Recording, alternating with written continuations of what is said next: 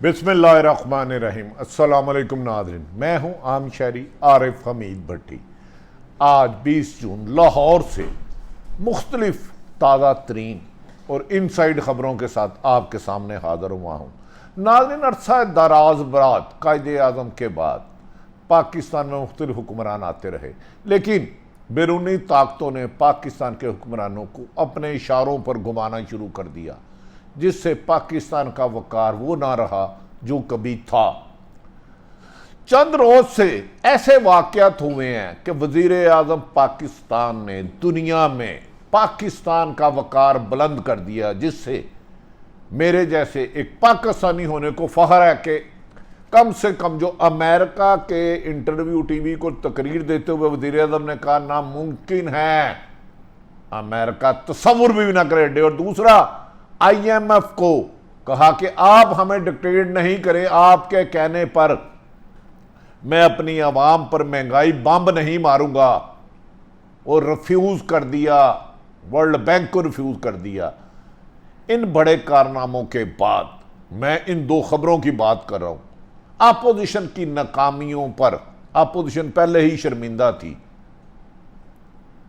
दूसरी तरफ वज़ीर आज़म ने ख़त्मे ऐलान किया कि वो हर हाल में पाकिस्तान में इंतखाबी इस्लाहात लाएंगे, धांधली, फ्रॉड, जाली कल्चर को ख़त्म करेंगे, जिसका उन्होंने हुक्म सादर फरमाया, और साथ ही उन्होंने कहा ओवरसीज पाकिस्तान को वोट देंगे। नाज़रीन, इन तीन चीज़ों के बाद अपोजिशन घबराहट में खौफ तारी हो गया कि अगर वज़ीर आज़म पाकिस्तान एक तो आलमी सतह पर अमेरिका को जो जवाब दिया है, उसके बाद उनका म्यार, उनका कद, हर पाकिस्तानी को फख्र है कि उनके वज़ीर आज़म ने अमेरिका को इस इंटरव्यू में वादिया कहा कि हम आपको अड्डे नहीं देंगे, जिस पर वो घबरा गया एंकर कि इस्लाहात भी ले आया तो हमारे 20-20 हज़ार हल्के के धांधली के जाली वोट कैसे जाएंगे, जिस पर उन्होंने पीडीएम की नाकामी के बाद क्योंकि इसमें से पीपल्स पार्टी और ANP निकाल दिया गया था, अब बैरूनी साजिशों के ताने बाने पाकिस्तान में घूमने लगे। और आज कहा जा रहा है कि अपोजिशन ने ऑल पार्टी कॉन्फ्रेंस बना ली है कि इलेक्शन इस्लाहात ना हो। दुनिया में ऑल पार्टीज कॉन्फ्रेंस या मीटिंगें, सियासतदान मुल्क में करप्शन के हाथ में, धांधली, जालसाजी, फ्रॉड के हाथ में शफाफ इंतखाब के लिए कोशिशें करते हैं। ये वाहिद अपोजिशन है जो इंतखाबी इस्लाहात में शफाफ इलेक्शन के लिए रुकावट डाल रही है। यकीनन आने वाले दिनों में इस पर इनके साथ इनका लेपालिक इलेक्शन सिलेक्शन कमीशन, माफ़ी चाहता हूँ, इलेक्शन कमीशन भी मुलाया हुआ है। उन्होंने कुछ खदशात का इजहार किया, तहम वज़ीर आज़म पाकिस्तान और सदर पाकिस्तान ने इलेक्शन कमीशन के एतराज़ात फौरी तौर पर दूर करने का हुक्म किया, और ताहम इंतखाबी इस्लाहात को यकीनी बनाया जाएगा। यही वजह है कि अब अपोजिशन जमातें इमरान खान की हुकूमत को किसी भी सूरत बनाने के लिए ऑल पार्टी कॉन्फ्रेंस बुला ली है। नाज़रीन, आ जाते हैं इस इशू पे। नाज़रीन, एक अरसा दराज से जब से वज़ीर आज़म इक़्तिदार में आए, अपोजिशन ने मुख्तलिफ तरीक़ों से, ज़ोर से, धमकी से, धांधली से, लालच से हर मुमकिन कोशिश की कि वज़ीर आज़म इमरान खान की हुकूमत को गिरा कर खुद हुकूमत पर मुसल्लत हो सके।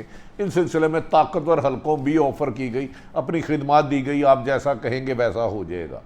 लेकिन वज़ीर आज़म पाकिस्तान हुकूमत करते रहे, ताहम बहुत अच्छी टीम होने की वजह से उसके सम्राट नहीं आए पिछले 2.25 सालों में, जो वज़ीर आज़म का मकसद था, विजन था। लेकिन उन्होंने इस मौके पर एहतसाब के अमल को जारी रखा।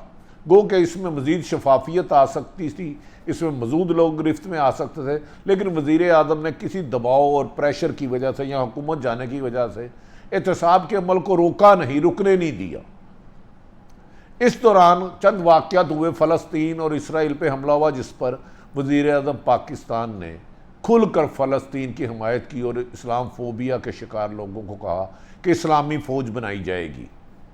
मकबूजा कश्मीर में भारत की दरिंदगी शुरू हुई 5 अगस्त 2019 में, तो वज़ीर आज़म ने कहा मैं फीर बन के इनके लिए जद्दोजहद करूँगा। गो कि अभी तक भारत में मकबूजा कश्मीर में भारतीय दरिंदगी जारी है, लेकिन वज़ीर आज़म इसकी आवाज़ उठा रहे हैं। अचानक नाज़रीन, अफ़गानिस्तान से अमेरिका की फौज का इनखला आ गया, शुरू हो गया। इस पर अमेरिका माजी की तरह समझता रहा कि माजी के हुक्मरानों को एक फ़ोन करता था कि मुझे बेच दो, वो बेच देते थे, फलां फलां बंदे मेरे हवाले करो, वो ले जाते थे, उनके कपड़े, पसीना आ जाता था माथे पर, अपनी बेस ले लेता था, ब्लैक वाटर भेजता था जो पाकिस्तान में दहशतगर्दी करते थे। लेकिन अमेरिकन टीवी को इंटरव्यू पे वज़ीर आज़म ने कहा कि पाकिस्तान की सरजमीन CIA, पेंटागन या अमेरिका के दबाव में नहीं दी, जिस पर एंकर हैरान रह गया और कुछ लम्हे के लिए खामोश हो गया। उसने फिर दोबारा दोहराया, आप क्या कह रहे हैं? उन्होंने कहा पाकिस्तान की जमीन ना ही अमेरिका को बेस बनाने के लिए दी जाएगी, ना ड्रोन हमलों के दिए जाएगी। ड्रोन हमलों में जितना हमारा खरबों डॉलर का नुकसान हुआ है, हम पाकिस्तान की ज़मीन अफ़गानिस्तान या किसी इस्लामी मुल्क के ख़िलाफ़ इस्तेमाल नहीं होने देंगे।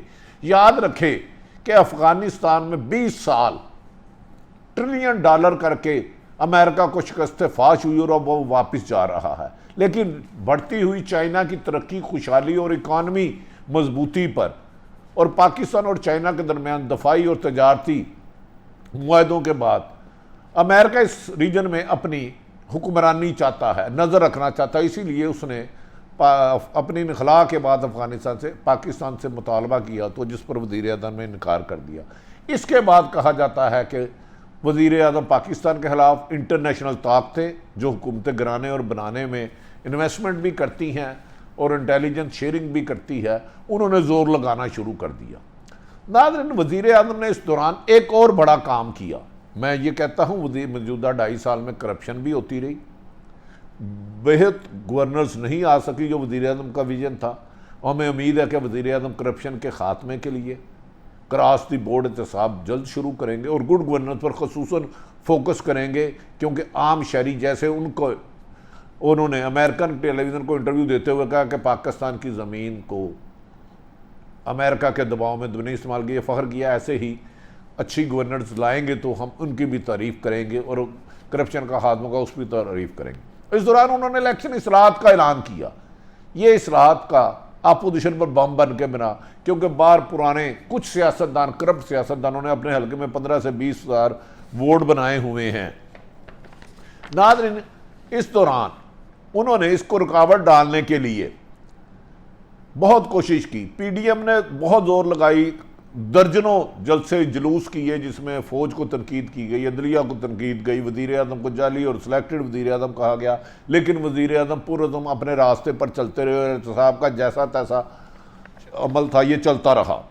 PDM नाकाम हो गई। पे दर पे नाकामियों के बाद PDM आपस में की नाकामियों की दास्तान इतनी बड़ी, इतनी इन्होंने हुकूमत के ख़ात्मे की डेटें दी कि खुद PDM ख़त्म हो गई और पीपल्स पार्टी को इन्होंने उससे PDM से निकाल दिया और ANP को निकाल दिया। इस दौरान जब शहबाज शरीफ ज़मानत पर रिहा होते हैं तो मरियम नवाज़ की इस्टेब्लिशमेंट मुखालफ और अदलिया मुखालफ बयानिया कमज़ोर पड़ जाता है और शहबाज शरीफ आहिस्ता आहिस्ता चलते हैं और एक तवक्को आती है कि ज़मानत के बाद शायद उन्हें बैरून मुल्क जाने की इजाज़त मिले, लेकिन उस पर भी इमरान खान स्टैंड ले जाते हैं और ताकतवर हलकों को रिफ्यूज़ कर देते हैं।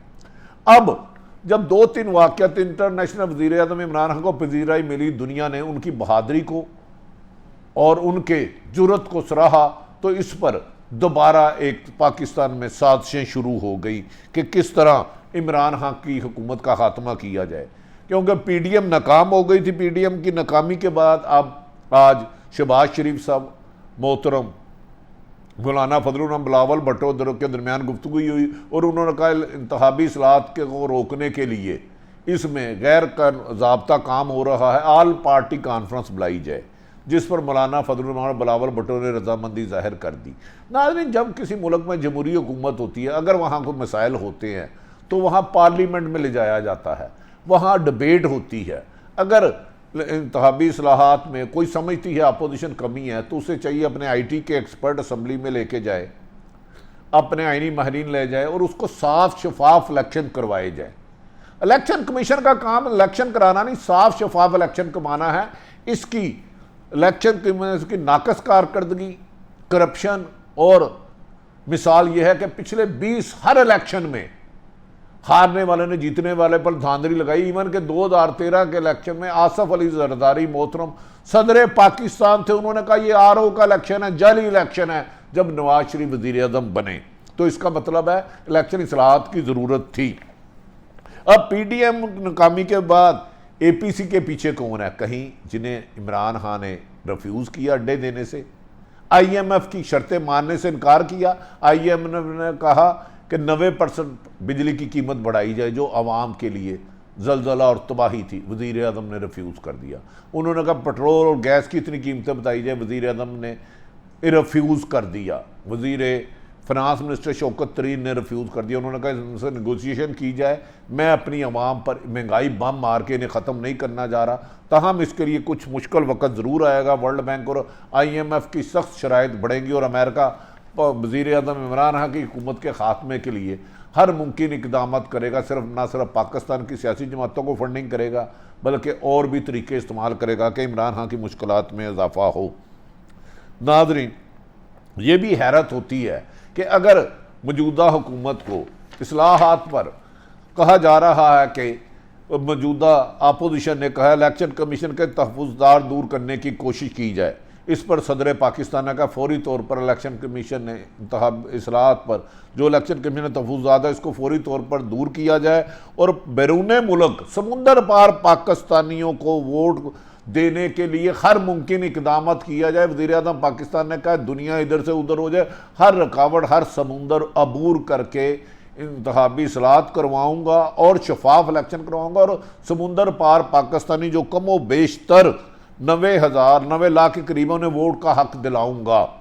नाज़रीन, इस सिलसिले में सदर पाकिस्तान जो अपोजिशन एतराज़ कर रही थी और इलेक्शन इस्लाहात पर एतराज़ कर रहे थे, सिलेक्शन कमीशन और माफ़ी चंदों इलेक्शन में सदर ने इंतखाबी कवानीन में तरमीम के मुतालिक इलेक्शन कमीशन के तहफ़्फ़ुज़ात को दूर करने की ज़रूरत पर जोर दिया है और इंतखाबी कवानीन के नफाज के बारे में हतमी फैसला इलेक्शन कमीशन करेगा। जबकि वज़ीर आज़म इमरान खान ने वाज़ेह तौर पर कहा है इलेक्ट्रॉनिक वोटिंग और बैरून मुल्क ओवरसीज पाकिस्तानी समुंदर पार पाकिस्तानियों को इंतखाबी इस्लाहात जल्द करके धांधली के खात्मे के लिए शफाफियत यकीनी बनाने के लिए इलेक्ट्रॉनिक वोटिंग करवाई जाएगी, आईनी तकाजे पूरे किए जाएंगे। वज़ीर आज़म ने कहा कोई भी गैर कानूनी शॉर्टकट रास्ता नहीं किया जाएगा। अगर इलेक्शन कमीशन के कोई एतराज़ आता है उसको दूर किया जाएगा और कोशिश की जाएगी कि अपोजिशन को भी बुलाया जाए, उनसे तजावीज़ ली जाएगी ताकि पाकिस्तान में आने वाले इलेक्शन में जीतने वाले को हारने वाला मुबारक दे और हारने वाले को जीतने वाला अपने गले लगाए। वज़ीर आज़म का ये ख्याल है। नाज़रीन, दूसरी तरफ यह भी कहा जा रहा है इस्लाहात को शफाफियत से अंजाम देने के लिए ताउन फराहम करेंगे। वोट हर शहरी का बुनियादी हक है। सुप्रीम कोर्ट के अहकामात की रोशनी में 90 लाख समुंदर पार पाकिस्तानियों को वोट का हक दिया जाना चाहिए। इसीलिए वज़ीर आज़म इस पर अमल दरामद कराने के लिए हर मुमकिन इक़दाम कर रहे हैं। कहा जा रहा है इंटरनेट वोटिंग की सहूलत से मुतल्लिक़ गलत फहमियाँ दूर करने के लिए मुतल्लिक़ा शराकतदारों को माबीन राब्ते तेज़ किए जाएंगे। निज़ाम में मौजूदा कमज़ोरियों को के बायस आवाम को इनके बुनियादी हक से महरूम नहीं किया जा सकता। इस मौके पर वफाकी वज़ीर ने कहा कि जो खामियाँ हैं हुकूमत या अपोजिशन की या इलेक्शन कमीशन नहीं, उन खदशात को दूर करके शफाफियत को यकीनी बनाया जाएगा ताकि एक शख्स का एक वोट हो, एक शख्स 5 वोट ना डाल सके। और इसके लिए उन्होंने कहा जल्दबाजी नहीं की जाएगी और इलेक्शन कमीशन के तमाम तहफ़्फ़ुज़ात दूर किए जाएंगे। कहा जा रहा है 2017 का हवाला देते हुए कहा इस एक्ट में इलेक्शन कमीशन की रजामंदी से 49 तरमीम की गई हैं। उन्होंने कहा कि मुतल्लिक़ा अदारों को जारी इस्लाहात की हिमायत करनी चाहिए। वज़ीर आज़म इमरान खान की ज़ेर-ए-सदारत इजलास में इंतखाबी वोटिंग मशीन के इस्तेमाल और कानून साजी में पेशरफ्त पर ब्रीफिंग दी गई। इस मौके पर साइंस व टेक्नोलॉजी और सैनेट के दीगर कायदीन और आला IT के एक्सपर्ट और आइनी माहिरीन को कहा गया कि अगर इसमें इंतखाबी इस्लाहात में कोई रुकावट है तो उसको दूर किया जाए, क्योंकि इलेक्शन शफाफ, साफ और अवाम की राय के मुताबिक होगा और अवाम का दिया हुआ वोट अवाम के लीडर तक जाएगा। नाज़रीन, ये भी कहा जा रहा है इंतखाबी अमल में धांधली रोकने और शफाफियत को यकीनी बनाने के लिए इलेक्ट्रॉनिक वोटिंग की मशीन का इस्तेमाल वाहिद ऑप्शन है, ताहम इसमें अपोजिशन के तमाम खदशात को दूर किया जाएगा। उन्होंने कहा वज़ीर आज़म इमरान खान के ओवरसीज पाकिस्तान का असासा है, वो पाकिस्तान में को इंतखाबी अमल से उनको दूर करना उनके साथ नाइंसाफ़ी होगी, क्योंकि उन्हीं की वजह से आज पाकिस्तान तरक्की के रास्ते पर गामज़न है।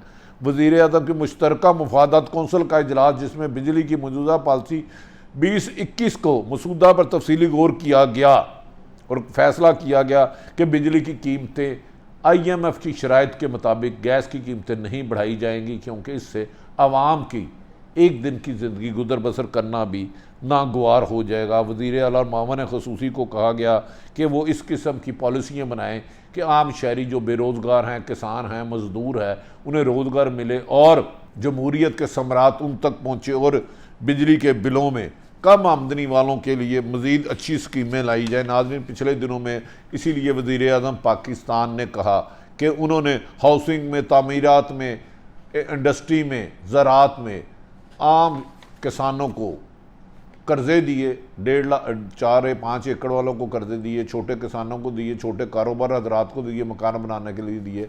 हमें उम्मीद है कि बैरूनी साजिशों का मुकाबला करने के लिए वज़ीर आज़म पाकिस्तान अपने साथ मज़ीद, अगर उनकी टीम में कोई करप्ट लोग हैं, उन्हें फ़ारग करके कॉम्पिटेंट और ऑनेस्ट अफसर लाएंगे ताकि पाकिस्तान बेहतरी की तरफ जाए। लेकिन बैरूनी साजिशें, हमें यकीन है कि अपोजिशन जमातें भी बैरूनी साजिशों को समझते हुए इंतखाबी इस्लाहत में हुकूमत का साथ देगी और हुकूमत भी अपोजिशन को मुतमिन करने के लिए उनसे मशावरत, ना सिर्फ मशावरत करेगी बल्कि उनकी दी हुई तजावीज़ पर अमल करेगी। नाज़रीन, आरिफ हमीद भट्टी ने मौजूदा तमाम सियासी सूरत हाल आपको रख दी।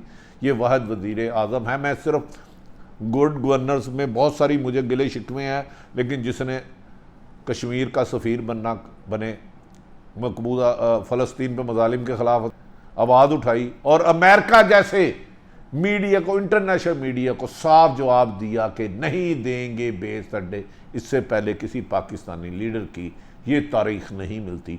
इन 3 बातों की तारीफ बनती है। तहम जहाँ तनकीद का मौका होगा उसकी निशानदेही करेंगे। अगर आरिफ हमीद भट्टी का यूट्यूब चैनल पसंद आए तो इसे सब्सक्राइब करें। अपने इर्द गिर्द रहने वालों की खुशियों का ख्याल रखें। पाकिस्तान जिंदाबाद।